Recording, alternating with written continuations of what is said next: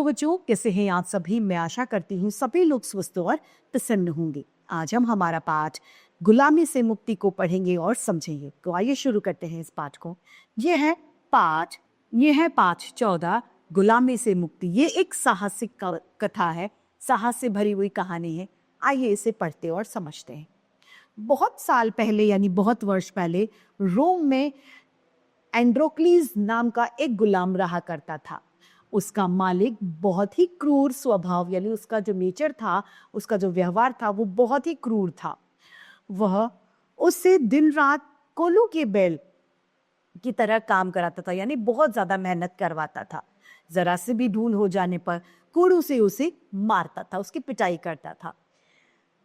एंड्रोक्लीज किसी की भी तरह इस दास्तां यानी इस नौकरशाही यानी इस नौकरपन से, इस गुलामी से छुटकारा पाना चाहता था। वह जानता था कि वह भाग गया तो उसे मृत्युदंड दिया जा सकता है।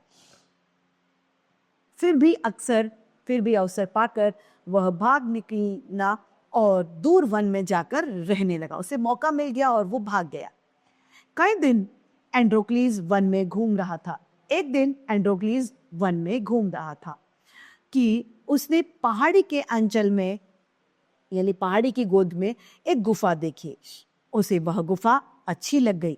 उसने सोचा क्यों ना मैं इसे ही अपना घर बना लूं। वह गुफा छुपने के लिए भी अच्छी थी। सर्दी, गर्मी, बारिश और आंधी से भी सुरक्षा हो सकती है। सुरक्षा यानी हिफाजत। इसीलिए एंड्रोक्लीज ने थोड़ी सूखी घास इकट्ठी की और नीचे बिछाकर सोने के लिए बिस्तर बना लिया। वास्तव में वह गुफा शेर की थी। किसकी थी? शेर की। शाम को जब शेर गुफा में लौटा तो उसे देखकर एंड्रोक्लीज डर के मारे कांपने लग गया कि अब शेर उसे मार डालेगा।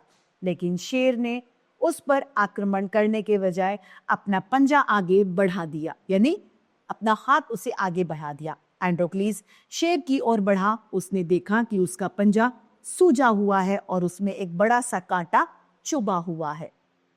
अब शेर को उसमें चोट लगी हुई थी तो शेर ने अपना पंजा उसे दिखा दिया।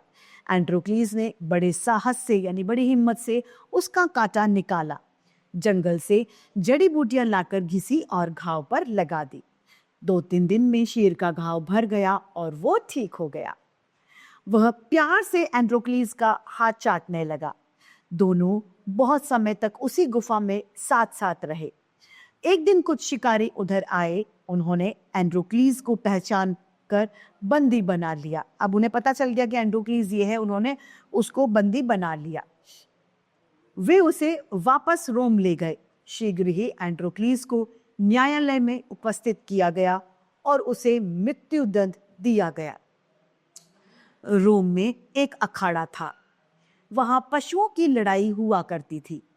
पहलवान भी वहां तलवारों से युद्ध करते थे। रोम निवासी वहां एकत्र होकर बड़े चाव से ये तमाशा देखते थे। कभी कभी मनुष्य और पशुओं के युद्ध भी उस अखाड़े में हुआ करते थे। एंड्रोक्लीज को मारने के लिए भी एक भूखा शेर यहीं पर छोड़ा जाना था। रोम के हजारों निवासी इसे देखने के लिए इकट्ठा हुए। भूखा शेर पिंजरे में बंद था। एंड्रोक्लीज को अखाड़े में लाया गया। उसकी हथकड़ियां और बेड़ियां उतार दी गई। फिर शेर के पिंजरे का दरवाजा खोल दिया गया। एंड्रोक्लीज मृत्यु का सामना करने के लिए वीरों की तरह खड़ा था। शेर दहाड़ता हुआ पिंजरे में से निकला और तेजी से एंड्रोक्लीज की ओर बढ़ा। लोगों का हृदय जोर जोर से धड़कने लगा। वे अगले ही क्षण एंड्रोक्लीज को रक्त से लथपथ यानी खून से सना हुआ देखने की कल्पना से थर्रा उठे, यानी उससे कांप उठे। लेकिन यह क्या? जैसे ही शेर ने एंड्रोक्लीज की ओर देखा, वह उसके पैरों से लिपट गया और उसके हाथ पैर चाटने लगा। एंड्रोक्लीज ने भी शेर के गले में बाहें डाल दी और उसे प्यार करने लगा। दर्शक आश्चर्यचकित होकर इस अनहोनी घटना को देख रहे थे। रोम के राजा भी यही थे। उन्होंने एंड्रोक्लीज से शेर के इस व्यवहार का रहस्य जानना चाहा। यह वही शेर था जिसके पांव से एंड्रोक्लीज ने कांटा निकाला था। एंड्रोक्लीज ने राजा को सारी बात सुनाई। सारी बात सुनकर राजा बहुत प्रभावित हुआ और उन्होंने एंड्रोक्लीज को आजाद कर दिया। इस प्रकार शेर के साथ दया करने के बदले में शेर ने एंड्रोक्लीज को गुलामी से मुक्ति दिला दी। तो देखा किस तरीके से मदद का उपकार उसने चुकाया। इसी के साथ ये पाठ समाप्त होता है और उम्मीद करती हूँ सभी को ये समझ में आया होगा। आज के लिए इतना ही, फिर मिलते हैं। धन्यवाद।